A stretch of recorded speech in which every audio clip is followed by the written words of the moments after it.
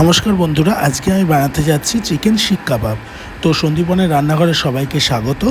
তো আমি প্রথমে চিকেনটাকে মিক্সিতে ভালো করে পেস্ট করে নিয়েছি, কারণ মিক্সিটাকে চিকেনটাকে পেস্ট করা খুব জরুরি। তো ভালো করে পেস্ট করে নেওয়ার পরে আমি মিক্সিং বলে রসুন আর আদা আর কাঁচা লঙ্কাটাকে ভালো করে দাঁড়া পেস্ট করেছি, কেননা সেটা পুরো মিহি পেস্ট করলে ভালো লাগবে না, একটু দাঁড়া পেস্ট করলে বেশ ভালো লাগবে।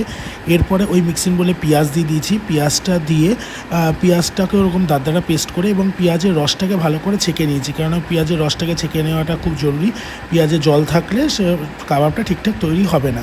এরপরে ওই পেস্ট করা চিকেনটার মধ্যে পেঁয়াজ কুচি, আদা রসুনের যে দাঁড়া পেস্টটা সেটা, তারপরে হচ্ছে ধনেপাতা কুচি এবং সাথে লবণ, সামান্য একটু হলুদ, গোলমরিচ গুঁড়ো, কাশ্মীরি লঙ্কার গুঁড়ো, একটু ধনে গুঁড়ো আর গরম মশলা গুঁড়ো দিয়ে ভালো করে জিনিসটাকে মাখতে হবে। অবশ্যই সেটার মধ্যে দিতে হবে একটু কাবাব মশলাটা একটু বেশি করে দিতে লাগবে, এবং ঘি ও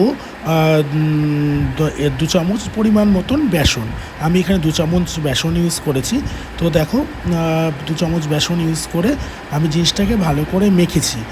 মাখাটা খুব জরুরি, কেননা ভালো করে না মাখলে কাবাবটা ঠিকঠাক তৈরি হবে না। তো কাবাবটাকে ঠিকঠাক মতন মেখে নিতে হবে। মেখে নিয়ে আমি কিছুক্ষণের জন্য কাবাবটাকে রেস্টে রেখে দেবো। যতক্ষণ তুমি রেস্টে রাখবে ততক্ষণ কাবাবটা খেতে বেশ সুস্বাদু হবে, এবং সেটাকে ফ্রিজেও রাখতে পারো, তুমি বাইরেও রাখতে পারো।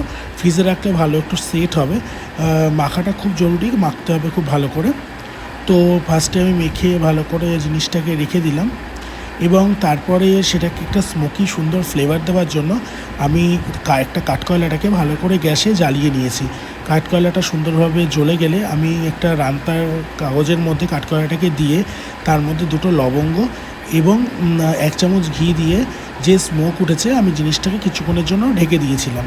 তো জানো, এটার মধ্যে সুন্দর যে স্মোকি যে ধোয়া রয়েছে, স্মোকি ফ্লেভারটা সেটা এটাকে অ্যাবজর্ব করে। এরপরে আমার হাতে এক হাতে ক্যামেরা, এক হাতে করাটা সম্ভব নয়, সেই জন্য আমি একটা স্টিকের সাহায্যে সুন্দর করে শিক কাবাব তৈরি করে নিয়েছি, করে তবে তোমাদের দেখাচ্ছি। এরপরে একটি স্টিমারের মধ্যে একটু হালকা ভাপিয়ে নিয়ে একটু ঘিয়ের মধ্যে এবার সুন্দর করে এপিট করে স্যালো ফ্রাই করে নিয়েছি। বেশি লো ফ্লেমে করতে হবে, কারণ বেশি হাই ফ্লেমে করে চিকেনটা পুড়ে যাবে, কিন্তু ভেতরে সুন্দরভাবে পেস্ট হবে না। এইভাবে আমি লাল লাল করে সুন্দরভাবে স্যালো ফ্রাই করে নিয়েছি, এবং ওপরটা ক্রিস্পি এবং ভেতরটা প্রচণ্ড জুসি থাকবে, খেতে খুব অসাধারণ হবে। এরপরে আমি একটা গ্রিন চাটনি বানিয়েছি, তো সেটার সাথে আমি পেঁয়াজের আর গ্রিন চাটনির সাথে আমি সার্ভ করেছি, খেতে সুন্দর হয়েছিল। যদি ভালো লেগে থাকে প্লিজ সাবস্ক্রাইব করো পেজটাকে এবং লাইক করো। নমস্কার বন্ধুরা।